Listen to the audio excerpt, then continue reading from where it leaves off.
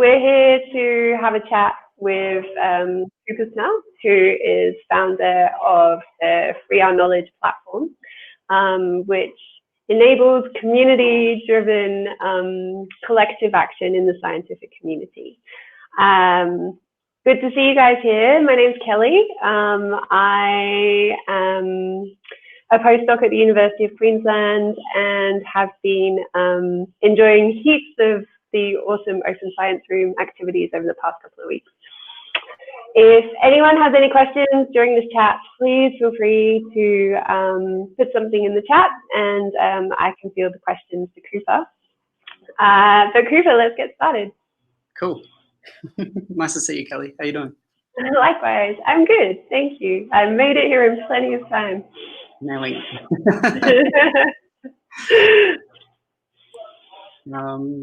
So you're going to share some slides about the project, or should we? Yeah, I guess I thought I would start with kind of how I got into this project in the first place, like what got me interested in it. Yeah, so it was, if I remember rightly, when you came to your first experience of publishing a paper that you started to detect there might be some issues in this systemical science. That is one way to put it, yeah. So my first experience was interesting. My first paper was bounced between 5 journals before it found a home. And in that process, I think it went out for 2 or 3 rounds of reviews and subsequent rejections before finally being accepted. And I mean, part of that was because I started at the top of the tier, like ridiculously high for what the paper was, but I was like an idealistic honors student, basically thinking, yeah, this is the best thing in the world. I think it's good to, I'm really proud of having failed to get into some top tier journals. Like, I started my landslide high. You have an incredible pseudo resume.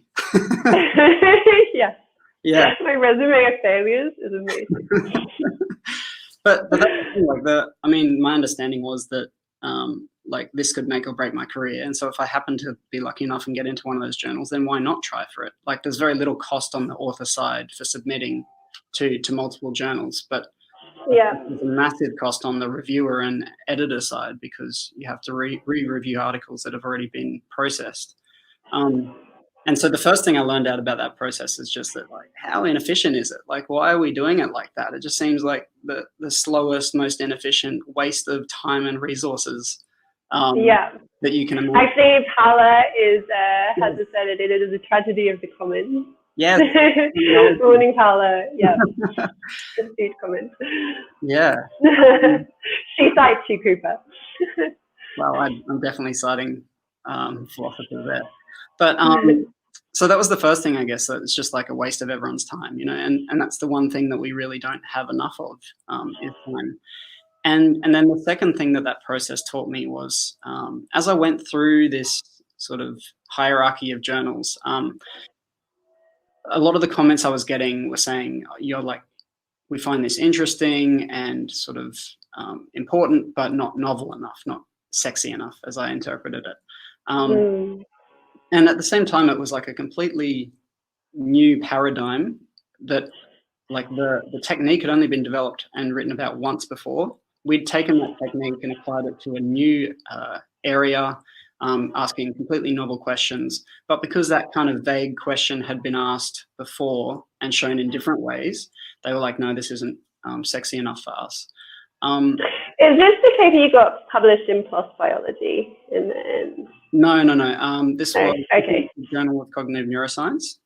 Yeah. In the end. And so I guess like what came out of that is this kind of realization that, through that process, we really honed the story. Like we changed the kind of pitch to make it sound more novel, or like really hone in on the novel aspects. But at the same time, like the content was always the same. Nothing changed except for this packaging that we put on the product. And it was crazy to me that like the packaging of a product changes the intrinsic value of the product. Like, it's still the same product, whether you put it in this like pretty fancy packaging or not. And so that was the second thing I learned. And then I guess the third thing I learned was that, especially in our field, like we have this garden of forking paths in any analysis pipeline. And by our field, you mean cognitive neuroscience? Sorry, yeah, I was speaking to the OHBM crowd here.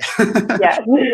True, yeah. Like, so should explain we're both in cognitive neuroscience, and when you run an analysis, like you've got, you know, something between 10, 20 different steps that you might move through, each of which has a number of different decisions to make. And so when you crunch the numbers, you get to like this exponential explosion of possible analyses, some of which are going to produce significant results and some of which are not. And to me, it just seemed insane that I was going to be rewarded according to the sort of hierarchy of the journal that I got in, purely dependent on the story that I told. And if I have like thousands of different analysis options that I can pick from, then you're creating a very clear contradiction between scientific ideals and like doing the right thing and reporting everything that you've done, and the reality of the publishing industry, which is that they don't want to hear everything that you've done. They like, I literally, I went through this discussion with my supervisor. I was like, can I just say all of the things that I did? And it's like, the journal won't accept it like that. They want a clear story that just says, this is what we did, boom, boom, boom, boom, boom, and no fluff, no confusing aspects. And so I guess those three things just like really shocked me. I was like bright-eyed and thinking that the scientific system would be pretty optimal, I guess. It kind of sent me into a bit of a tailspin. Supposed to be self-correcting, right? Yeah. Actually, I think both Sin and Paula have made some really good comments here about, so Sin was saying that it's true in any field, for better or for worse. It's not just a cognitive neuroscience. And I can definitely empathize with that, given, because I guess we've done experimental psychology as well as cognitive neuroscience. And I can definitely think of journals where I'm pretty sure a prerequisite to get in is to put the word novel in your abstract, regardless of whether or not it's actually novel or not. And Paula's made the point that it's shocking to see, she found it shocking to see the poor quality of reviews. So the lack of transparency and consistency. And amen, Paula, like I completely agree with that point. And the other thing I think I found shocking is that we have gatekeepers who are busy editors, who don't necessarily have the time to check the consistency of the reviews, or perhaps the ego-driven nature of the reviews sometimes. And so we have multiple gatekeepers with lack of time or invested interest. So you're welcome, Paula. So there's lots of, I guess, barriers we get to publishing something that we're aiming to be objective with in our daily life. Yeah, and I think that's the word, objective. That's what I found so striking about this whole realization, is that how unobjective the publishing process was, given that we're a bunch of scientists trying to be objective here. Like, you would think there'd be some kind of objective process that we went through.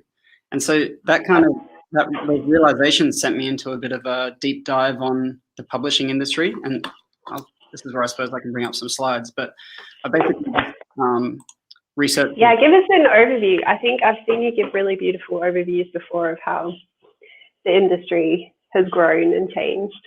Yeah, this was really surprising, and I guess I forget quite often that people don't know this stuff, because I've sort of been looking into it for a few years. But did that come up? Yeah, I can see it. Can you see mine? I can see yours. Can you see that okay? Yeah, great. Thanks, Tom. So just to clarify something, Paula's asking, what is the platform going to be about? Aperture? I'm not fully sure what is meant by that. Is that? I think probably we'll give like an overview of where the ideas have come from, and because I think this is really important background, that a lot of people do not understand how and why we've got to where we are, and actually how recent a phenomenon it is. And then we'll get to the platform towards the end. But Thank you, Paula. Awesome. We'll come to that. So this is my super brief history of scholarly publishing. The first journal was published in, well, actually, there were 2 journals published in 1665. And since then... So this is like when there was 20 scientists, right? Yeah. So they formed a in the world, party, and they were like, yeah, let's make a journal. So they did. And that was kind of the birth of journals. And pretty much journals have stayed the same format since then, except for the addition of peer review in the mid-18th century there. Can you see my cursor there if I'm doing this? Yep. Great, yep. Cool. I'll stay on the screen. Then in the mid-20th century, basically some commercial companies realized the potential for this field to make a heap of money.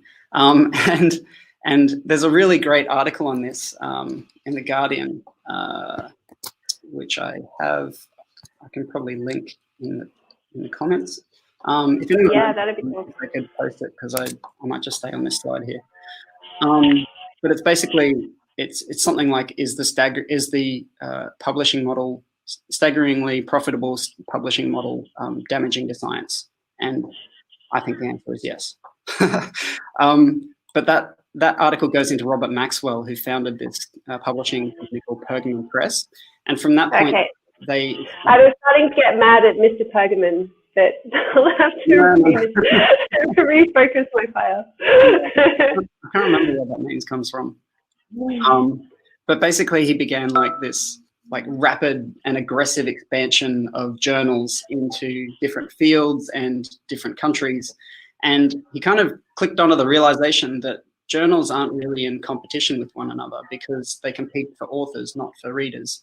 And so what we did was effectively just find a new field that didn't have a journal yet, approach someone and be like, hey, do you want to be an editor? And the academic was like, sure, this seems like a prestigious thing to do. And so then he would like create these new journals and push them into different around the world effectively, and like really built this empire, which eventually turned into Elsevier. Amazing. Actually, so Paula said that she interviewed Robert Maxwell once. Wow, that's amazing. Did you get any insights into like his mindset on the publishing industry? I wonder if you would think you've created a monster or a fine beast. Maybe you can add that to the chat, Paula, if you want to share. Sorry. I think it's all a matter of perspective, like in business terms, he's not a monster, he's a genius, he's a prodigy.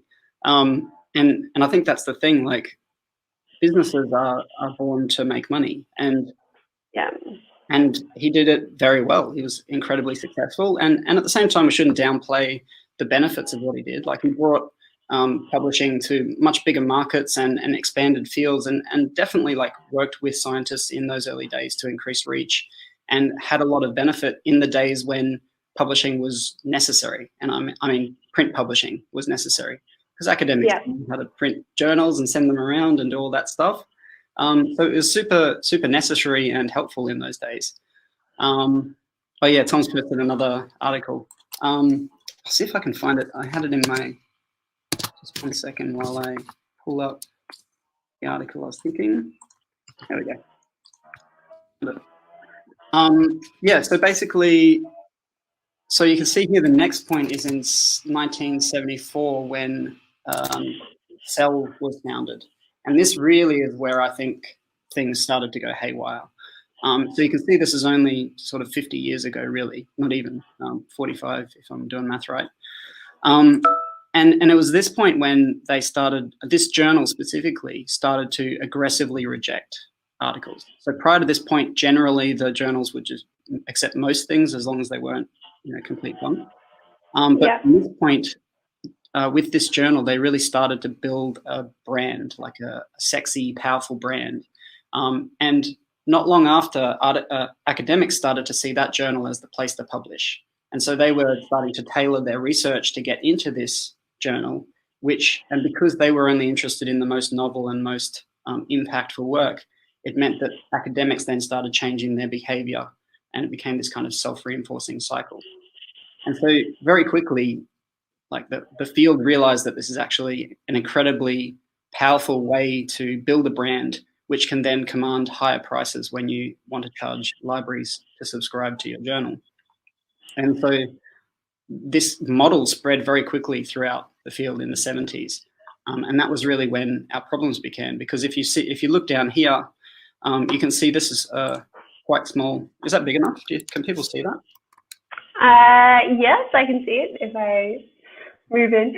So just to check, by serial prices, do you mean serial as in like a serial magazine? Yeah,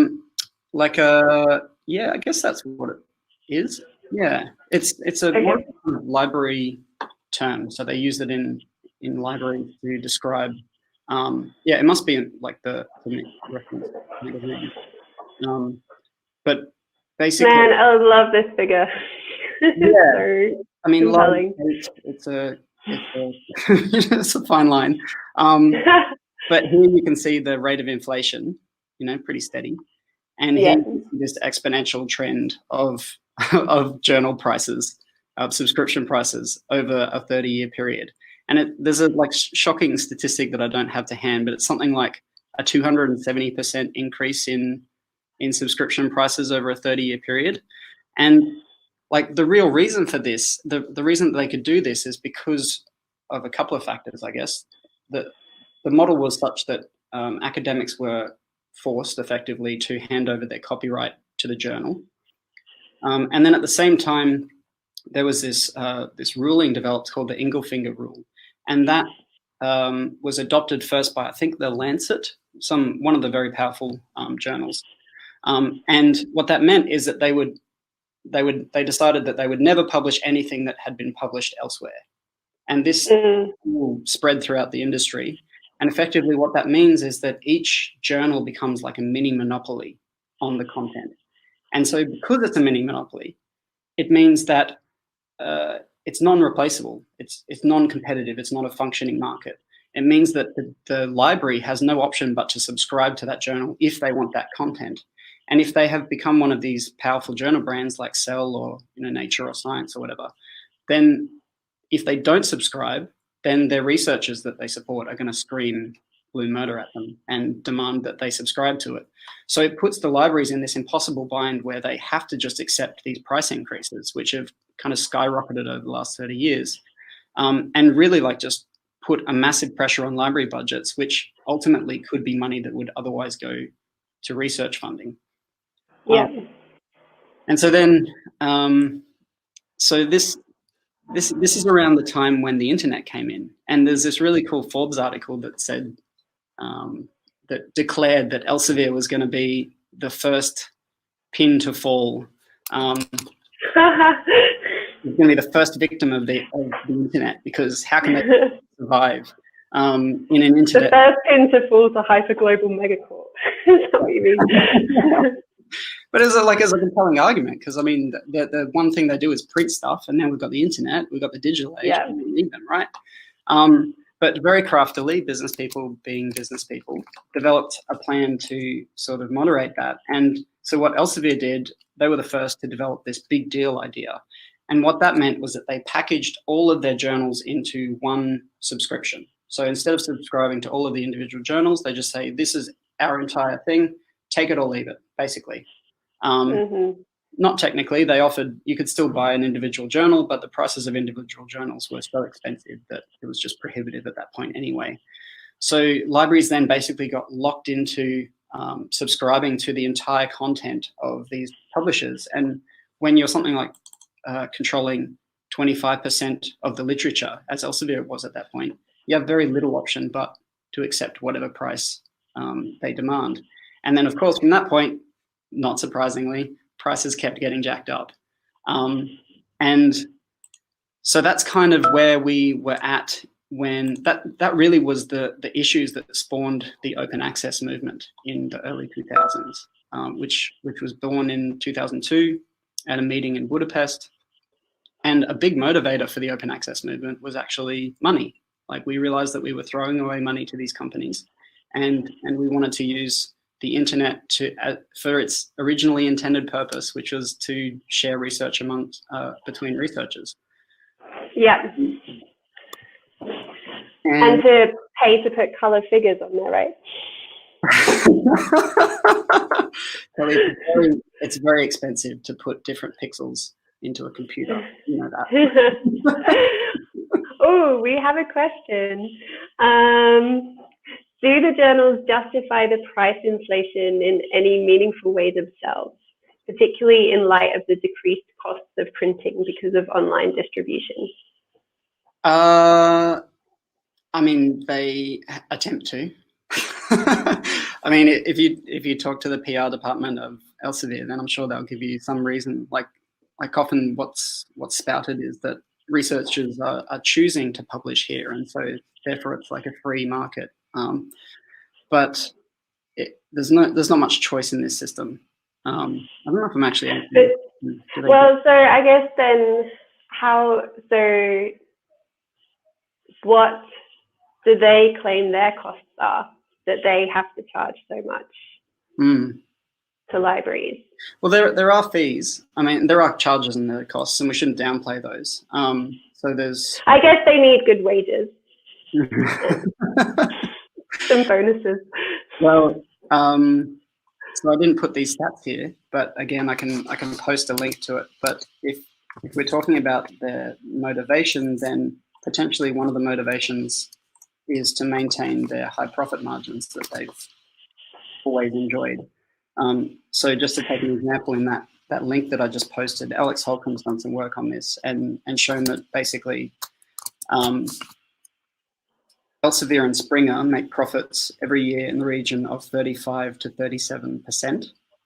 And when you put that in the context of Google and Apple, which are only making 25 and 29% profits, and this is revenue turnover each year, then you realize that scholarly publishing is probably the most profitable industry in the world. And so, and to go back to the question then, like, how do they justify the prices? Well, I don't know that they can. The prices didn't significantly decrease. I mean, look, here's the graph that you can see, and the internet happened right in the middle of there.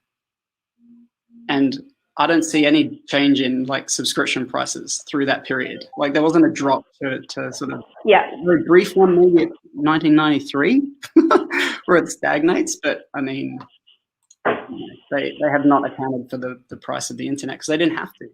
That must be when the colored pixel price stagnated. They couldn't get enough ink. So I just want to raise a question from Teal. Hello. So with regards to the start of the open access movement, so he's raised the question, is open access not just changing from reader pays to author pays, while journals can still make unconstrained profits, which I think is a pretty important point to cover with respect to the goals of open, free our knowledge. Absolutely, yeah, and that's a great point because that's what 2002 was about when this movement was founded. It was about a few things. It was about providing access, and it was about speeding processing and communication, and it was about reducing costs. And you're totally right, Teal. Like what's happened basically since then in the 20 years is that this concept of open access has become corrupted, I think, by these companies because they were very resistant for a very long time and did everything they could, including lobbying in government to kill open access as best they could. That was Elsevier. And so they've resisted for a very long time. And then slowly they've kind of realized, learning from journals like PLOS, that actually they can turn this into a profitable business model. And so now you've got this spate of author pays open access models, which are, as everyone knows, incredibly expensive. I mean, how can it cost $5,000 to publish one article when you're pretty much just putting it up on the internet after a bit of typesetting and other services? And there are studies that show it better be fancy typesetting. You'd want want some nice flourishes on my characters for that price. Yeah. And actually, something I should have thought of is I'll post Bjorn's stuff in there, because he's looked at. This probably isn't the best link for him, but if you search his blog, you'll find some analysis on the actual true cost of publishing and what it could be. And effectively, what we have right now is like a 10 times cost of what it could actually be. Thanks, Tom. Yep, Tom, thank you. Okay, so yeah, I think there are some really important points that we should talk about here in context of the Free Our Knowledge platform as well, in terms of how we move towards a culture of open science publishing that we want to see that would benefit science. So maybe, do you want to introduce the platform, Chris, or what gave you the idea for the platform, perhaps? Yeah, so I'll skip over the costs. I think probably because we're all tuning into an open science room, we're aware that there are a lot of costs, and probably we're also quite aware, because we've been through it, that there are a lot of personal costs to the current system as well. So we can probably over there, but we should. Oh yeah, I love this. So true. But yeah, we shouldn't downplay that this is really taking a personal toll on us. And if we can solve this problem, then I think things get a lot better for us as a community and individuals. So yeah, I can skip over this. I think we just went through open access.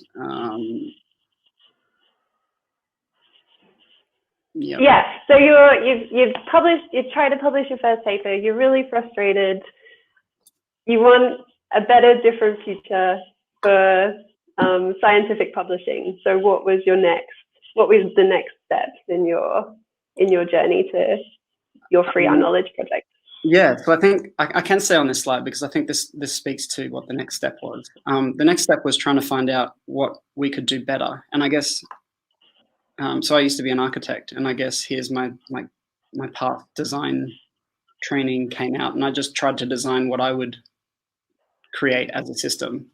And as many things, turns out it had already been designed 5 years before in various formats. But that kind of brought me to the realization that even if you designed the perfect system, who would be the first person to use it? Through this whole process, I went around to everyone that I knew, which were mostly ECRs, but also supervisors and senior researchers, and asked them what they thought about the publishing industry. And without a fail, everyone said that it had a lot of room to improve. But then the second thing that everyone would say is that, well, you got to play the game, or you've just got to survive, and there's not much we can do about it. But it leads you to this. What about Immanuel Kant? What about Immanuel Kant? The notion that you should behave, the way to behave ethically or morally is to act in the way that you would want everyone else to act, or that you hope other people would act in the same situation. So yeah, it's a nice philosophy. Yeah. I wish I knew philosophers better that could provide a more practical retort. Yeah. That's the thing. When I talked to everyone, they were like, "Yeah, I would really like to be doing this." And that was part of the thing with researching the open access movement, is that there are already great journals out there. There are fee-free, community-owned open access journals in almost every field, but yet no one's using them. And the question is, why is no one using them? And what I kind of realized is that if we're all wishing that we could do something better, but feeling like we're not powerful enough to do it on our own because we're trapped within this system. If, just to take the extreme example, if all of us just overnight decided we were never going to support this set of journals that aren't helping us or supporting us, and we're only ever going to support these journals, then journals are made and broken on the support that we give them. If we were to boycott a particular journal, overnight it would be worth nothing. Sin's got a great point there, and this has happened. This is so Nature proposed to make a machine learning journal, and at one of the machine learning conferences, they just gathered 3,000 signatures, just like that. Everyone said, "No, you won't. We're not going to support it," and it just killed the journal, just like that. It's a great example of the power that we have. We're not beholden to these companies because we are that we are the community that create the value, and without us, they're worth nothing. But to get there, you need that kind of critical mass, like they had in that. Oh wait, was it not nature machine intelligence?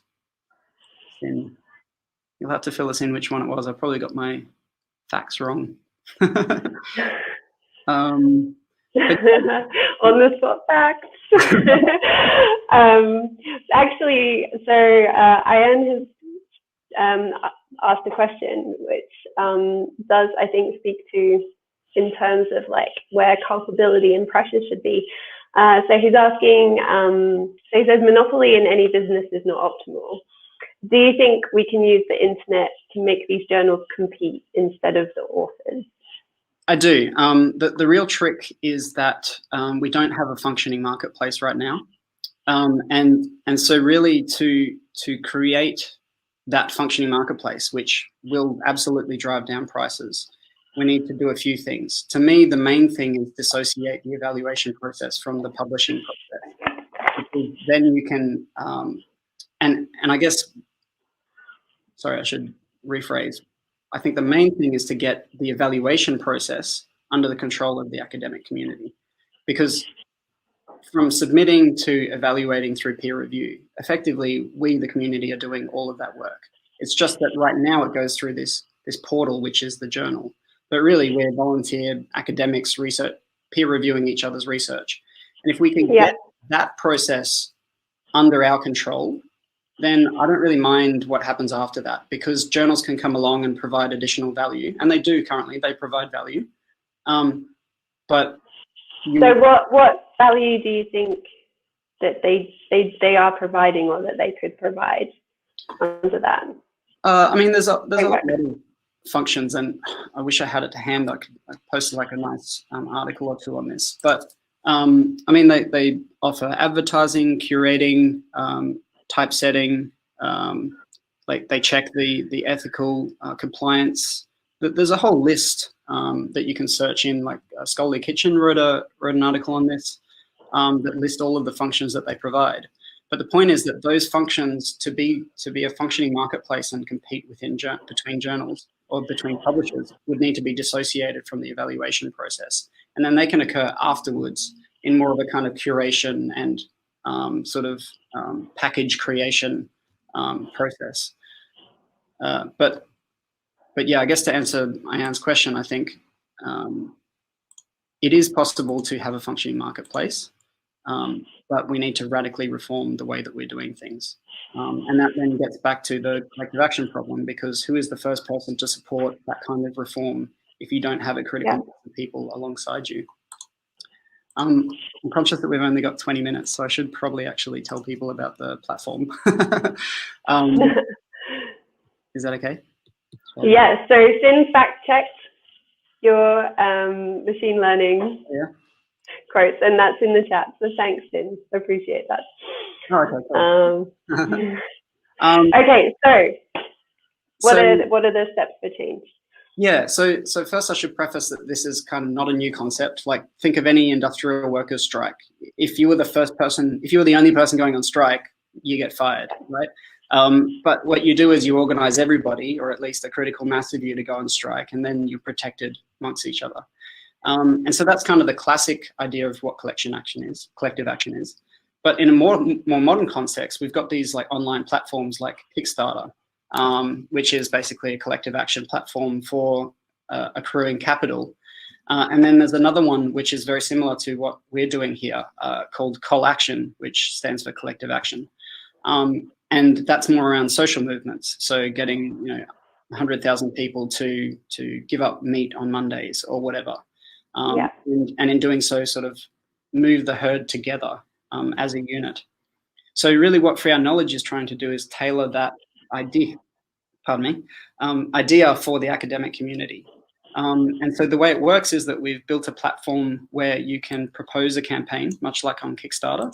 So the campaign consists of some behavior that you want your community to adopt. And that might be pre-registering your first study. It might be uploading some data to a repository. It could be supporting some set of journals that you particularly like. It could be publishing open access or publishing a preprint. you name it, any kind of behavior that currently you feel has some kind of a cost attached to it, but that cost would be reduced if everybody was doing it. Okay.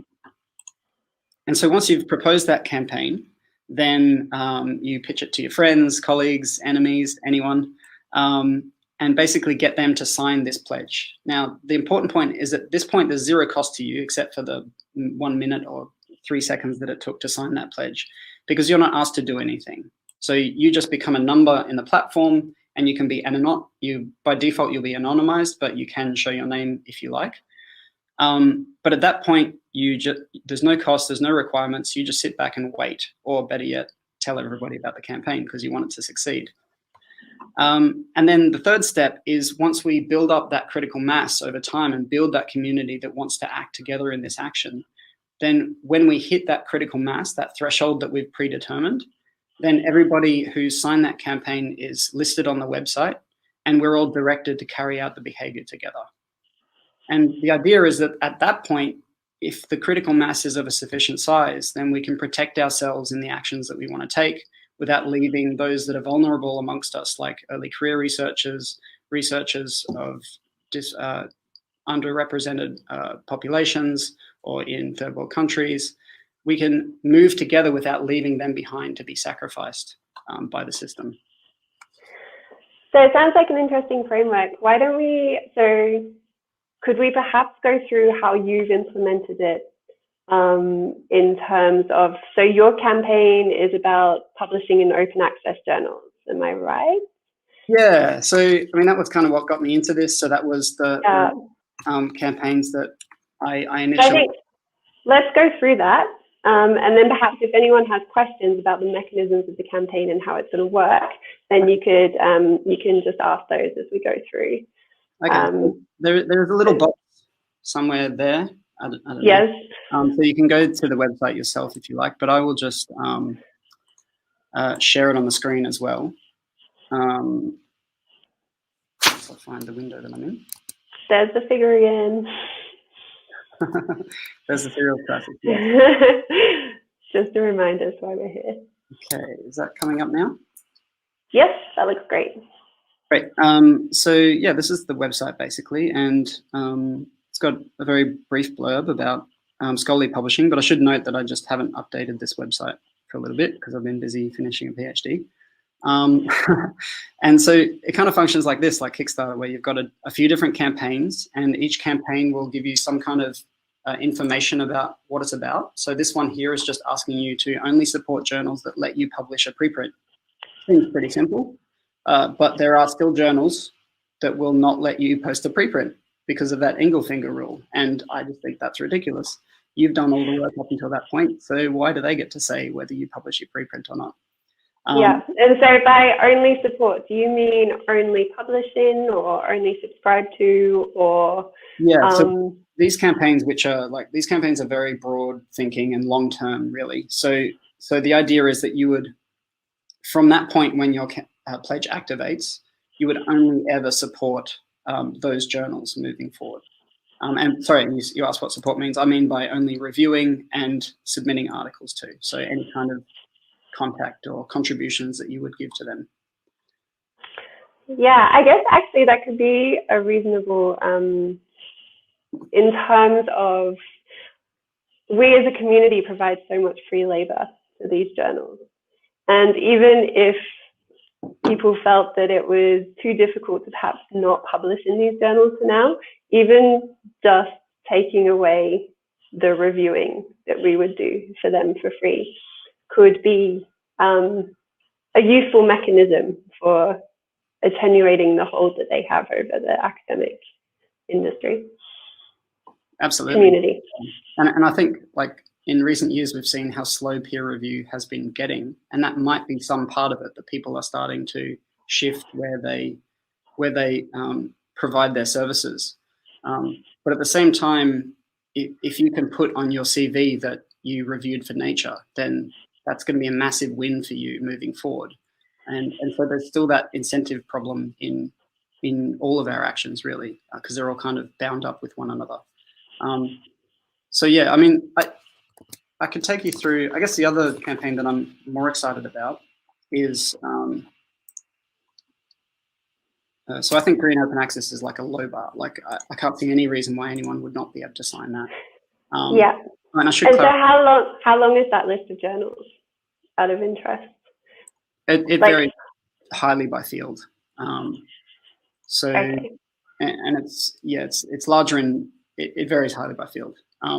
In our field, you can go to Sherpa Romeo to look that up, which is a really great resource, and you can actually just I'll see if I can type that in.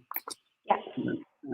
I don't know. Okay, just to give a feel of how the platform works. So say, like with this campaign, so I'm like, that's something I can do, I'll pledge.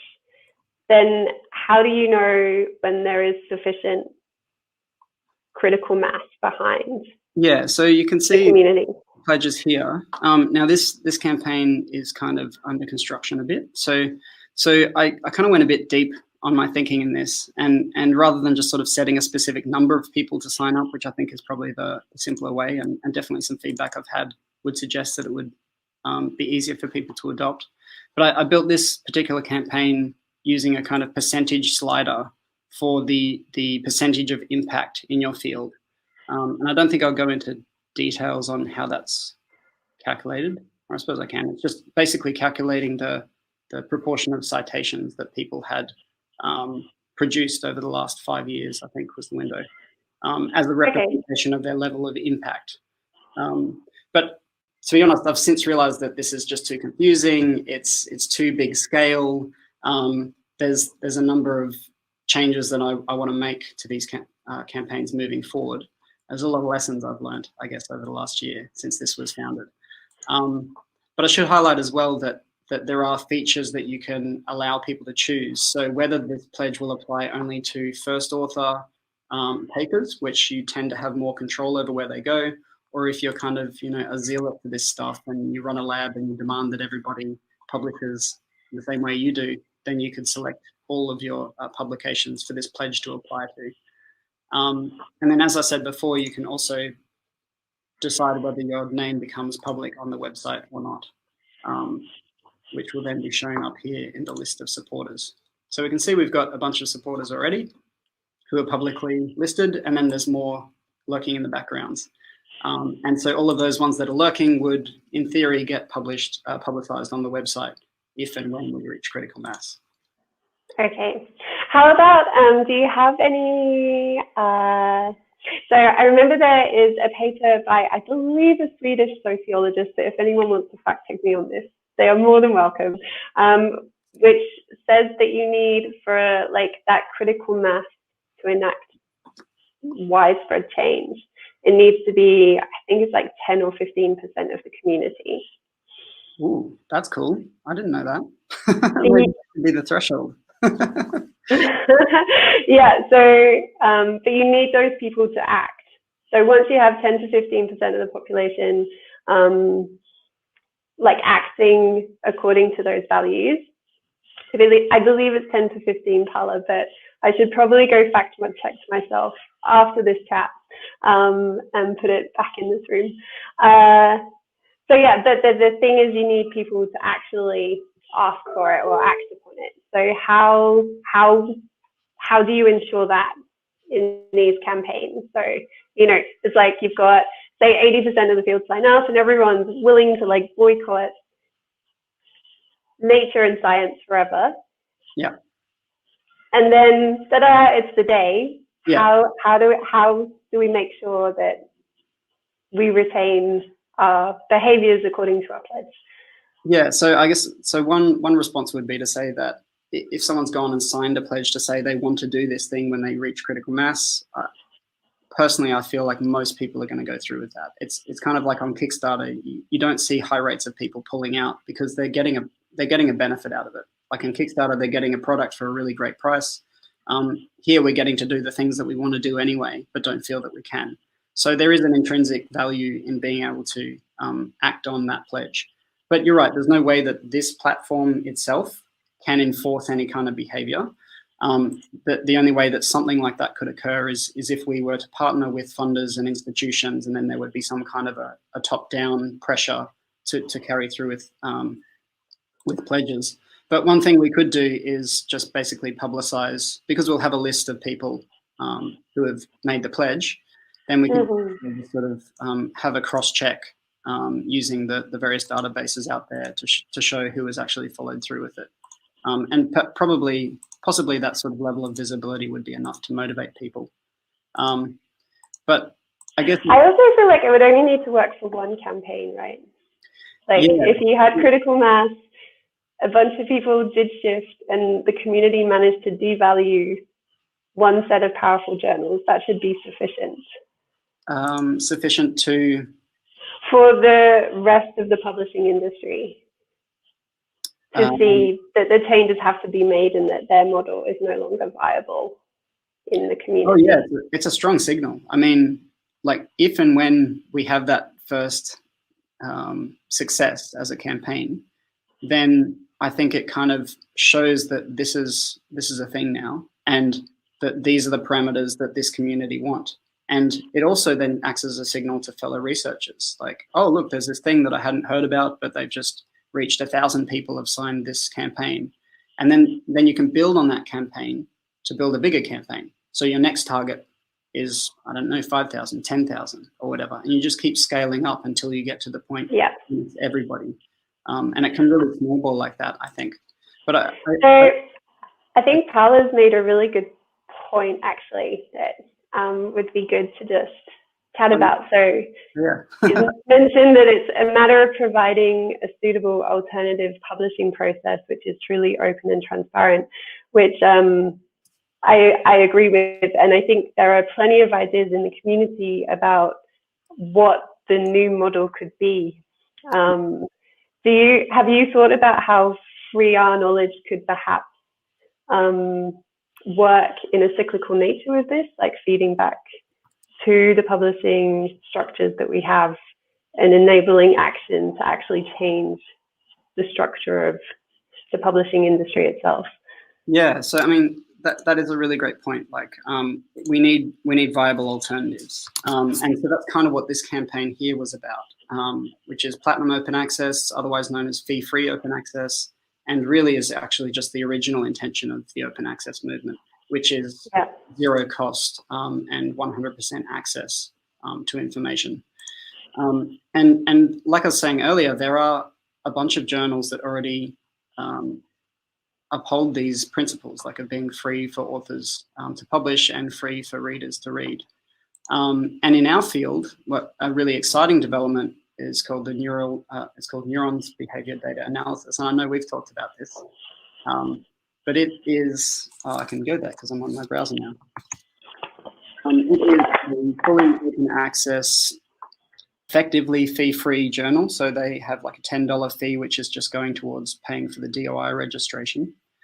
And they have an absolutely killer editorial board. Like if you look through here, this is founded by Anne Churchland in conjunction with this awesome editorial board. And look at this editorial board. Like they are just ready and waiting, basically. I'm very intimidated by this editorial board. They're amazing. It's amazing. And really broad reaching across like a whole bunch of different neuroscience-based and behavior-based disciplines. So they have a really broad gamut, and they're ready for our submissions. But unfortunately, they've only really had sort of in the tens of submissions. And I personally think that this journal, set up in the way that it is, should be getting thousands. And they would happily scale up with demand if possible. So actually, I think so. Paula made the point that that what we need to do is develop an alternative model and uphold it and defend it as a community, which I have a lot of sympathy with that perspective. And I feel like NBDT is a really good halfway in that these are the steps that we need to take. So here you have a platform which everyone can access in terms of bioarchive, and then this scaffold on top, which is like a filter for a reader.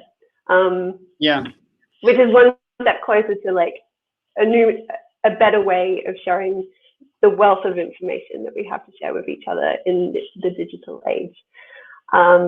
Absolutely, yeah, I completely agree. Like, I think the core content is there. It's the preprint, and then we can add like this extra layer of evaluation and certification, which journals typically control. But we can do that through community-based systems like NBDT is. Like, it's not subservient to Elsevier or Taylor and Francis. It's controlled by the researchers themselves, and that allows us to then take back charge of the process and evolve it. You know, like we could be doing amazing things with publishing. Amazing. Like, just imagine what we could do with the internet, you know. We can change it. And we don't, because we're not able to evolve, test the system, test the effect of different features on the effects on the outcome on the total system.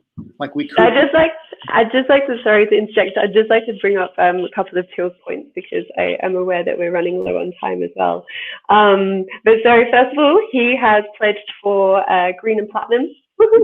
Nice work. They're not gold, as can't justify APC, wink.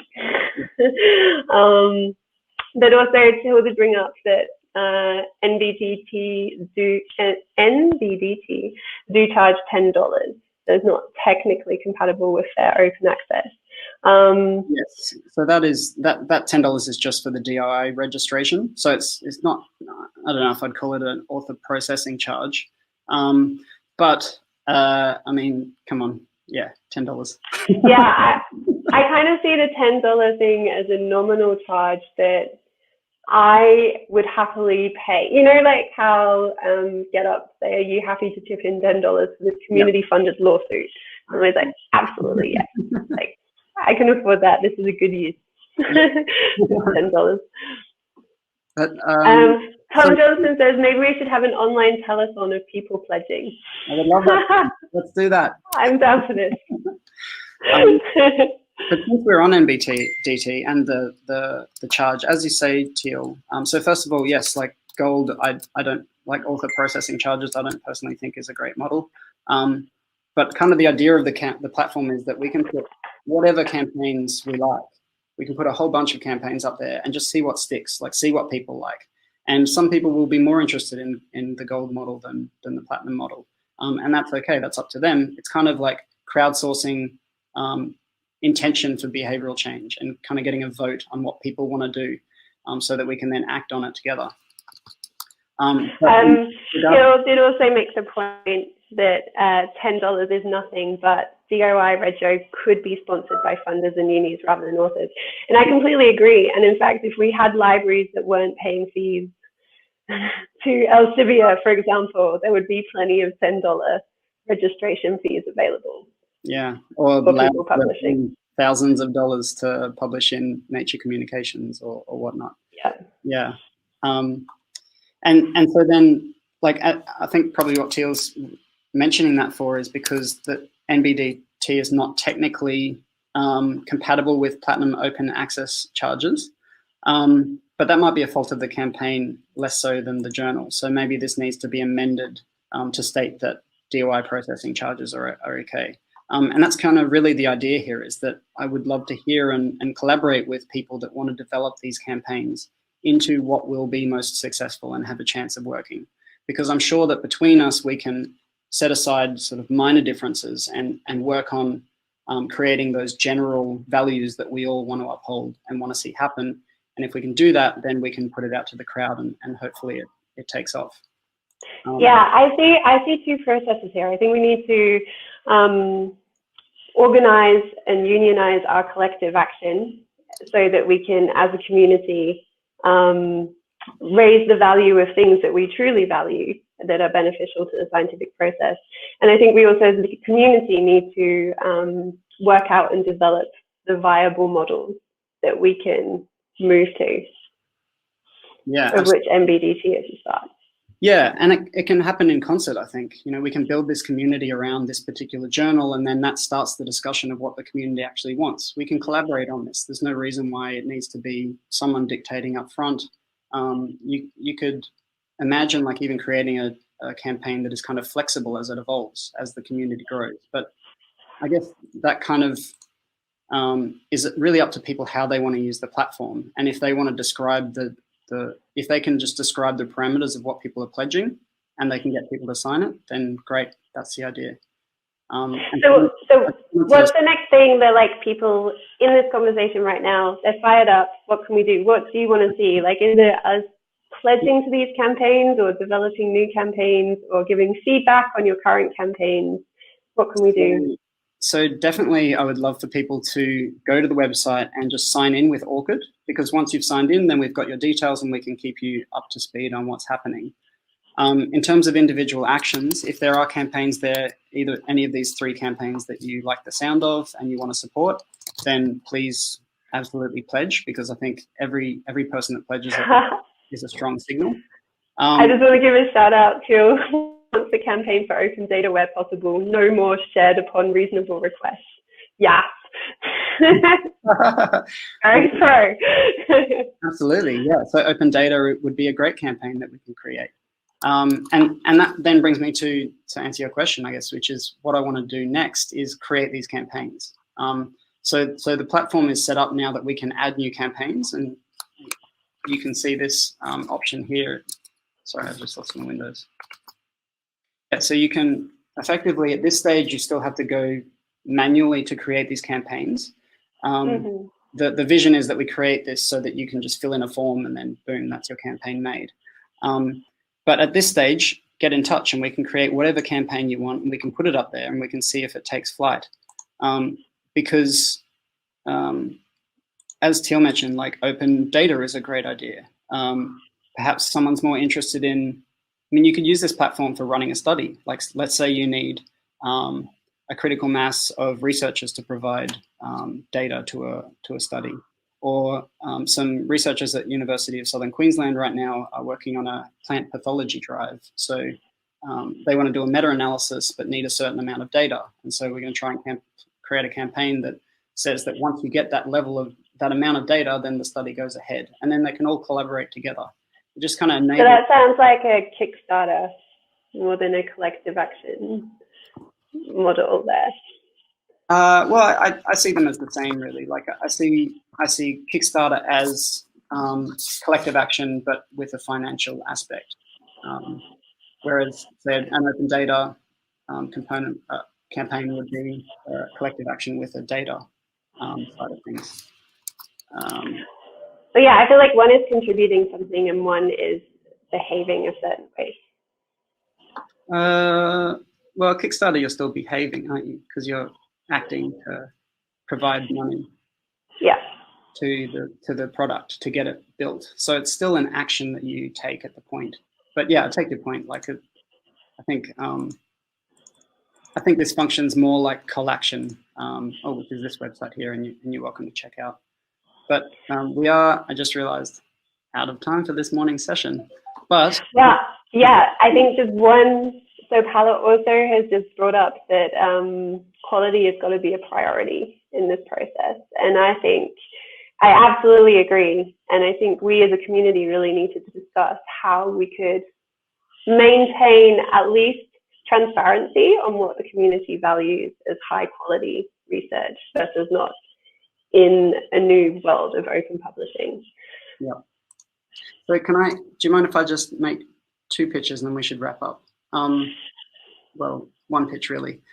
So you asked like what was the next steps, and I think the next step for us as a community, as a neuroimaging community, should be to design the campaign that we could run to support that journal, Neurons, Behaviour, Data and Theory, because they've done the hard work building that community of editors and reviewers, and all they need now is us to support it as a community with our submissions.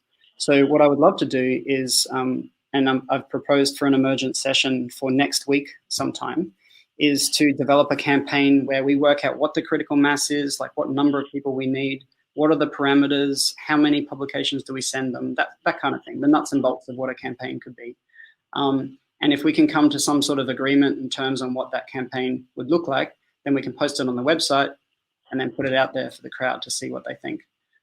So that's one of the emergent sessions. And then another emergent session, which I'm proposing, is my own personal ideas. Like, to go back to the very start of the conversation, the model that I'd kind of dreamed up, which I think could be a useful model for us to move forward.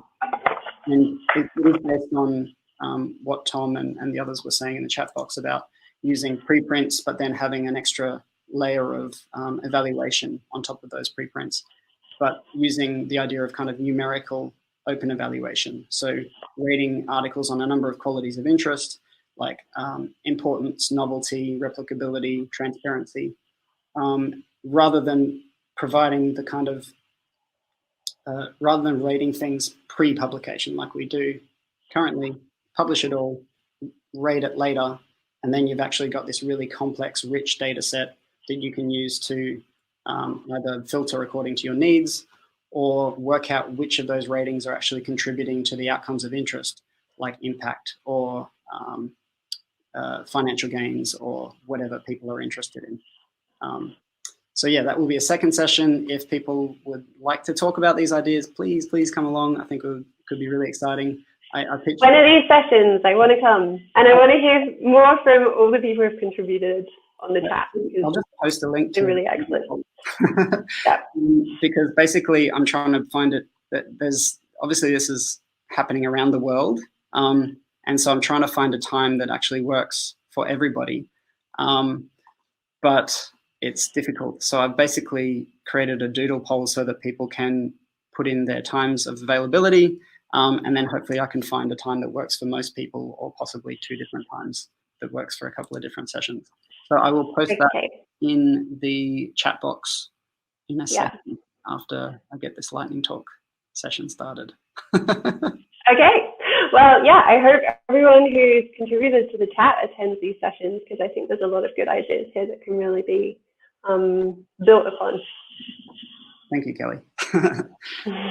And thanks everyone for being here. It's really awesome to see all the chat and comments in the crowd.